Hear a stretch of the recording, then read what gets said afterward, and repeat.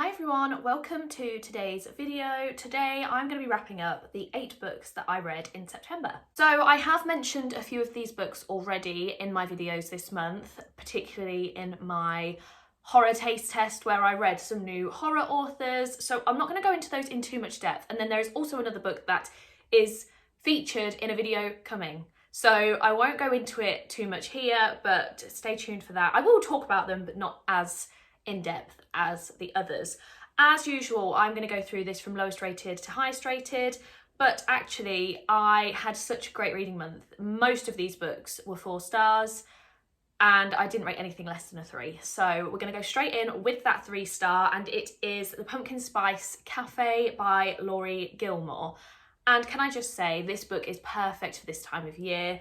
Yes, it wasn't my absolute favourite, but I feel like if you are looking for an autumn/fall read, this one is absolutely the one to go for. This book follows Jeannie and she inherits her aunt's cafe, the Pumpkin Spice Cafe, and so she moves from the city to this small town and ends up running this cafe. She meets this kind of grumpy, kind of not farmer called Logan, and the way she meets him is that he's dropping off the produce for the cafe, and she essentially ends up getting him to help her try and figure out these noises that she keeps hearing in her house. She thinks it's haunted, and essentially they're trying to figure it out together. So Logan is a little bit apprehensive, and everyone in this town is kind of protective over him because his ex kind of rejected him very publicly. So everyone in the town is very wary, and they are all warning Jeannie not to break his heart, essentially. Don't get involved unless you're serious. And Logan is also very apprehensive, but he's very attracted to her, and things obviously do lead to something going on between these two. But yeah, this one was really sweet. Kind of reminded me of like a Hallmark movie in book form. I really enjoyed it. But like I say, it's not my favourite. It's not memorable to me, but it is a perfect one for this time of year if you fancy reading it. Next up is the book that I rated 3.5 stars. This one is a 3.5, potentially a 4, because I do feel like a 3.5 is too low, but then at the same time, I don't quite think it's a 4. So maybe it's a 3.75 if I was that picky, but I'm not. Anyway, it is Razorblade Tears by S.A. Cosby. Now, I loved the discussions and themes throughout this book. I think this has made me realise that I don't love a revenge-driven plot. This one essentially follows these 2 men called Ike and Buddy Lee, and their sons were a married couple and they were both killed. Ike and Buddy Lee, neither of them accepted their son's sexuality, and they never kind of came round to it before they died. Apologies if we've had an angle change. My dog interrupted me and he's now sat. Anyway, this book, so the sons get killed and Ike and Buddy Lee essentially want revenge. We particularly have discussions about obviously homosexuality, but we also have discussions about race and class, because Ike is a black man and Buddy Lee is a white man, but Buddy Lee is of a lower socio-economic class than Ike. So Ike believes that Buddy is more privileged, obviously because he has white privilege, yet Buddy Lee believes that Ike, because he's got more money, he's more privileged. And so there are definitely conversations about that, but then there are also some other really interesting conversations about certain prejudices and how certain people can be discriminatory towards others, and then or face discrimination themselves, but then not understand or see it from the likes of other people. So, for example, Ike is homophobic, yet he can't seem to understand the fact that he experiences discrimination because he is black, yet doesn't see homophobia as discriminatory, if that makes sense. So there's lots of discussions about that, and you kind of see Ike grow and come to understand everything throughout, and he really does, I would say, experience a real growth throughout the novel. Buddy Lee was a really great character in my opinion. I really liked him, and I just found, as I said, the discussions were really good and it's written very well. I feel like the latter half was paced perfectly. The first half, my interest was kind of waning, but then coming back. I don't know, it just wasn't perfect for me. And I think it's because I don't particularly love violence. And I knew this was semi-violent, but I didn't quite expect it to be as violent as it was.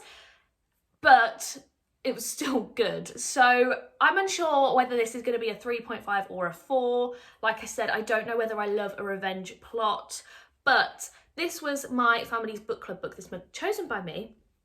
We've got the discussion for it later, so maybe I'll change my rating depending on how that discussion goes, and once I get more into the flow of a discussion and kind of thinking about different questions and things in different ways, maybe my rating will change, but I will let you know if it does. So moving now on to my 4 stars. I do have quite a few of them. The first one is Murder in the Family by Cara Hunter. I saw this book all over TikTok, and it's kind of one of those books where you are trying to solve the mystery alongside the characters in the book. I understand like most murder mysteries are like that, but it's kind of set out for you to try and figure it out.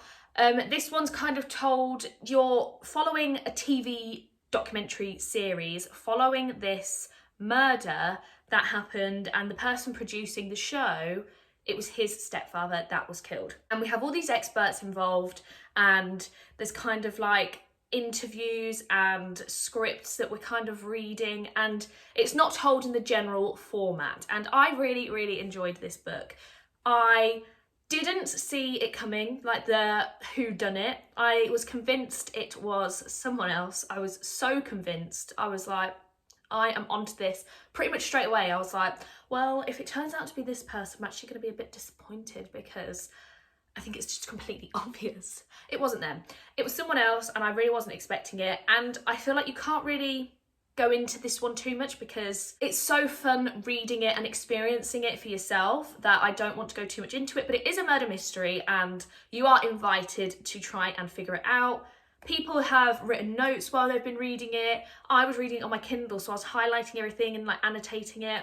I found it so much fun, and I really do recommend it. So yeah, but I'm not going to talk about it too much because I really don't want to spoil a single thing, because I think going into this one without knowing much is the best way to go. Next up is Serpent and the Wings of Night by Carissa Broadbent. I really enjoyed this book. I have been reading it for a long, long time, actually. I started reading it ages ago. I was reading it on my Kindle, so I was reading it before going to bed, so it was just a slow going process. But I ended up really liking it. This one I would describe, at very face value, is like Twilight meets The Hunger Games. And that's kind of how I was sold the story too, so that's what piqued my interest. But essentially we are following this girl. She is a human, and she enters this competition against vampires, and it's kind of like a survival of the fittest, like the Hunger Games. And it's just so good. She meets this vampire, they end up falling in love, as you would expect, but they have all these challenges to kind of go through along the way, and it is so good. I didn't particularly love the ending, but I'm intrigued to see where it's going to go, because I know this is a series and it's one that I will undoubtedly be continuing. It is a long one. I'm not used to reading long books, but I was engaged throughout the whole thing. I really loved it. Again, kind of don't want to say too much because I don't want to spoil it, but it was so good. Really enjoyed it, and I'll be definitely continuing with the series. Next up, we have got Daphne by Josh Malerman. This one I read for my horror taste test video, so I explained a lot about it in there, but this one is essentially following this basketball team and this myth of Daphne, which is a story that was told to them by one of the teammates, and the idea is the more you think about Daphne, the more likely she will come for you, if you get what I'm saying. Like when we were younger at school, it was Bloody Mary. I'm sure you've had something similar. It's just one of those stories you get told as a child that ends up scaring you beyond belief. This was really good though. I really enjoyed this. The pacing of the beginning wasn't ideal for me. I found it kind of slow to get into. While a lot was happening, it just seemed to be kind of not dragging, because I was enjoying it, but it was a little bit slower. And then the second half of the book, I flew through it. I found it absolutely fantastic. The way Daphne is described was actually really quite scary, and I particularly enjoyed certain scenes, kind of like slashery scenes. I really enjoyed that. And I really like the whole idea that Daphne is this metaphor for anxiety, which I think is kind of evident in the way I described it before. The more you think about her, the worse it becomes, and the more likely it is that she's going to come and get you.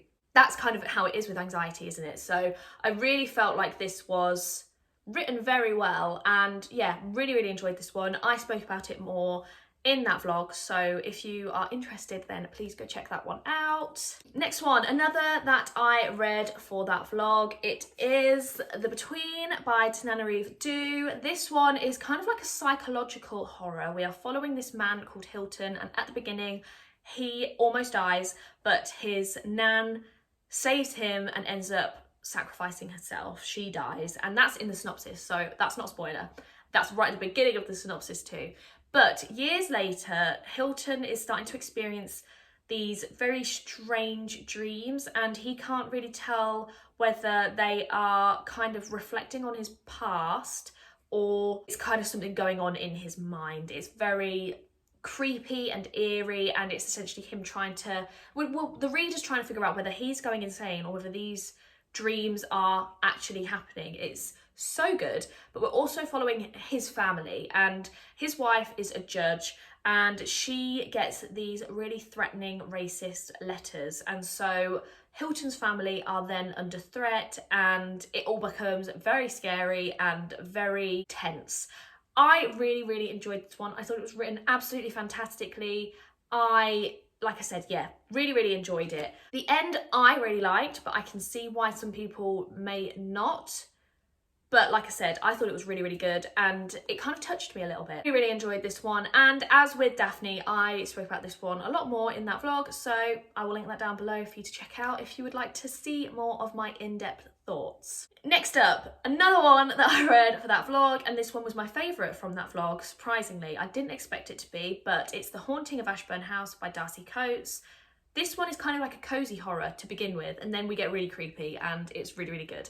We are following this main character, and she's a woman in her early 20s, and she inherits Ashburn House from her great aunt, who she'd never met before, and she's kind of in a situation where she needs somewhere to live. Her mum's passed away, and she has nowhere to go. So this house comes at the perfect time, but the house seems to be a little bit haunted, and the people in the town that she moves to are very intrigued by the house, but they're also very wary of it. So she meets this group of young women who really want to come and look at the house, and she kind of thinks, oh, these are going to be great, these will be my friends, and you're not sure whether that's actually going to be true or whether they're kind of just using her. And then all around the town, people were saying how Edith Ashburn, who was her great aunt, wasn't a very nice person. She just ignored everyone. The only time she would ever speak to them was to complain about something, and she was just essentially very rude. And it's so good. I really enjoyed this one. I don't typically love a haunted house story, but this I really enjoyed, and by the end it did get really creepy. I really enjoyed the beginning cozier aspects, so cozy horror is something that I'm actually really going to be looking into a bit more. I still don't know if it actually exists. I mentioned that in that vlog. I was like, cozy and horror, do they really go? They do at the beginning of this book, and I was really on board with it, so I might be hitting up some more cozy horrors.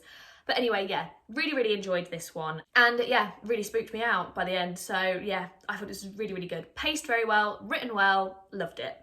The final book that I'm going to talk to you about is a 4.5, so no 5 stars again this month. I haven't had a 5 star since the beginning of July, so hopefully October will change that. But the next book that I'm going to talk about is The Outsiders by S.E. Hinton. I can't believe I hadn't read this book before. This one is for another video that will be coming at some point in October when I've read the other books for the video, because I haven't yet.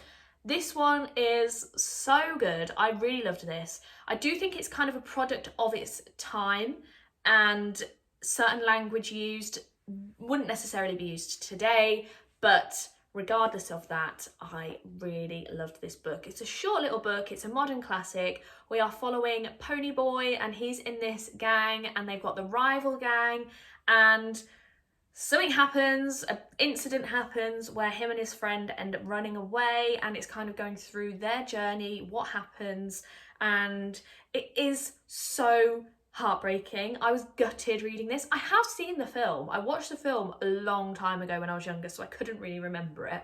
But, oh, it was really sad, but so good. I really enjoyed this one, and I feel like it doesn't need much explaining because loads of people have read this book. It's, and like I said, a modern classic. I thought the writing in this was fantastic, considering the author, I think she wrote this when she was a teenager herself.